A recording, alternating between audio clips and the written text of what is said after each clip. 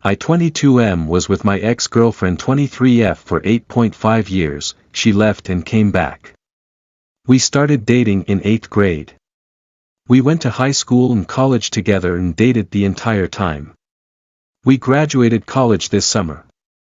After college she gets into grad school in our hometown, 6 hours away from our college town, and I have already accepted a job in our college town. We agree that I will move to our hometown in 1 year, put in a work transfer, so we can live together during her second and final year of grad school. She stays with her family for the summer before grad school starts, this past June-September, and so during this time we are long distance. She becomes noticeably irritable and distant. She comes to visit me in our college town where I have been working for a couple months and says we should take a break while she goes to grad school. I fall apart crying and she changes her mind. A couple weeks later she starts texting me saying she doesn't feel like talking to me anymore and that she loves me but isn't in love with me. This is all through text messages. I ask to call her and she allows me to a few hours later. I told her it would hurt me too much to ever speak to her again and that I forgive her and say a final goodbye. I fell apart of course. I miss work for a week. I've been completely unstable for over a month. I don't really eat or sleep at all. She makes no effort to contact me for 10 weeks. Then suddenly when I'm starting to heal and accept that she isn't the one for me etc. she begins contact. She tells me over Facebook not talking is too hard for her. I deleted the message with no reply. She tries texting 4 days later and I block her number. 3 days after that she had her brother contact me. That's when she cracks. It is finals week in her first quarter of grad school and she drives 6 hours the night before her final to tell me she made a huge mistake. This occurred this Wednesday. I told her I don't believe her and that she needs more time to think about what she really wants and if it's me she wants. I told her I was skeptical and don't believe she loves me, pointing out that she said she wasn't in love with me. She doesn't remember saying that and claims that she has spent weeks thinking about it and regrets her decision. During our time apart she said she went on one terrible date and did not leave for another guy. However, I am scared that she is just lonely and nostalgic and will leave me again when she gets bored. She tells me it's not nostalgia and she learned her lesson.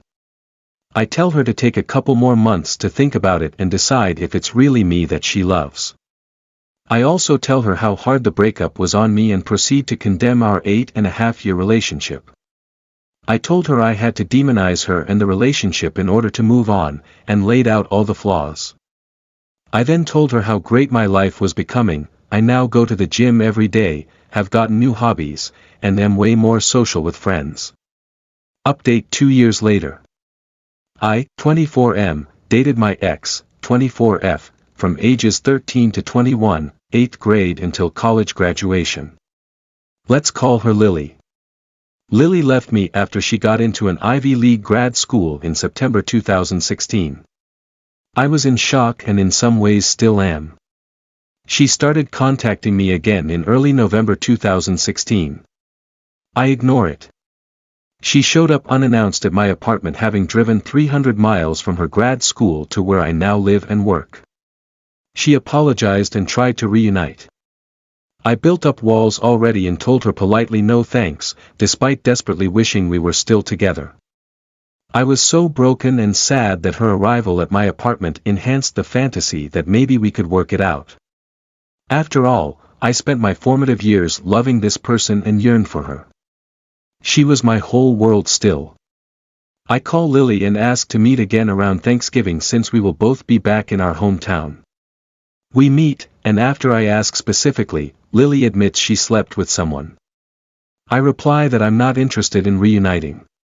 We both go home grieving. Having grown up with Lily's parents and loving them as my own, I get Lily's mother to confess separately to me that Lily tried to contact her prospective new plaything after they slept together and the new guy told her to get lost, confirming my hunch that I'm Lily's fallback plan. Lily never admitted this to me, but she did later admit that when she left me she had already been asked out by this new guy and that she wanted to say yes so she dumped me. The pain is too much. I block her on everything. She tries to make contact several times and I don't respond. My mother died mid-January 2017. When my father calls Lily's mother to share the news, Lily's mother tells my father that Lily is in a severe depression and has left grad school. I'm lonely and grieving and still in love with Lily, so I visit the day after my mother's funeral. By January Lily has lost nearly 20 pounds, she was already thin, and is borderline catatonic. I go back to my apartment 300 miles away as conflicted as ever. She's in so much pain, maybe she loves me, is the narrative that permeates my brain even today. I never took her back, but I never stopped yearning for her. It has been 2 years since all of this happened, and I still wonder if I made the right choice. I think I did, but I also have this tremendous amount of pessimism about people around me. I don't trust my judgment of character anymore when I realize the girl I believe to be an angel can abandon me and then come back and try to use me. I've still never met anyone as beautiful as Lily. At least on the inside. Lily and I have agreed to meet twice since then, and both times were extremely unpleasant. The first being a superficial show of who is more moved on, and the second was me expressing regret over wishing I was a better man throughout the relationship. The ex ended up going back and completing grad school, graduating on time June 2018. I still haven't replaced the hole in my life where Lily was. I push away people because I know they will hurt me. If a girl like Lily can cut me so deeply, the kindest soul I have ever met, then everyone else surely will. I'm still lost, and for all I know she is too. I know what she did is completely selfish and gross, but it can't overwrite all the good she did throughout my formative years. I am in no contact with Lily, but I love and miss her in my life. I'm wondering how to live life without her when even when I'm in bed with another woman, I miss the trust and level of connection I had with Lily. No one knows more about me. No one knows more about her. Relevant comments. It sounds like you need therapy. OP. Have you ever considered it? Is it available to you? OP. I have tried 2 therapists. Neither have worked. Comment. So, finding the right therapist can be like finding the right relationship partner. It can take a few tries to find one that is effective for you. Just because the first 2 therapists weren't your cup of tea doesn't mean you should stop looking.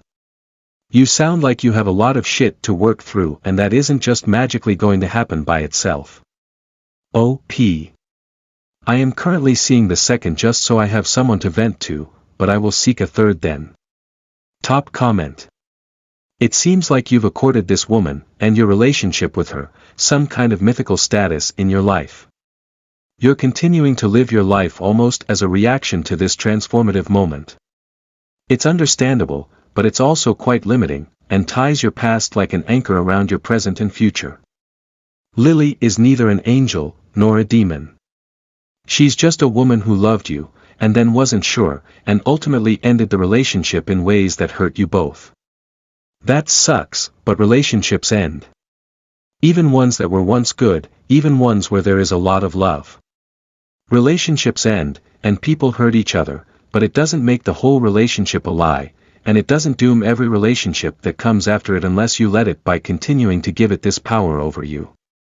Stop debating her motivations. You will never truly 100% know what she was thinking, or how she felt at any given moment, or how much she regrets her actions, etc.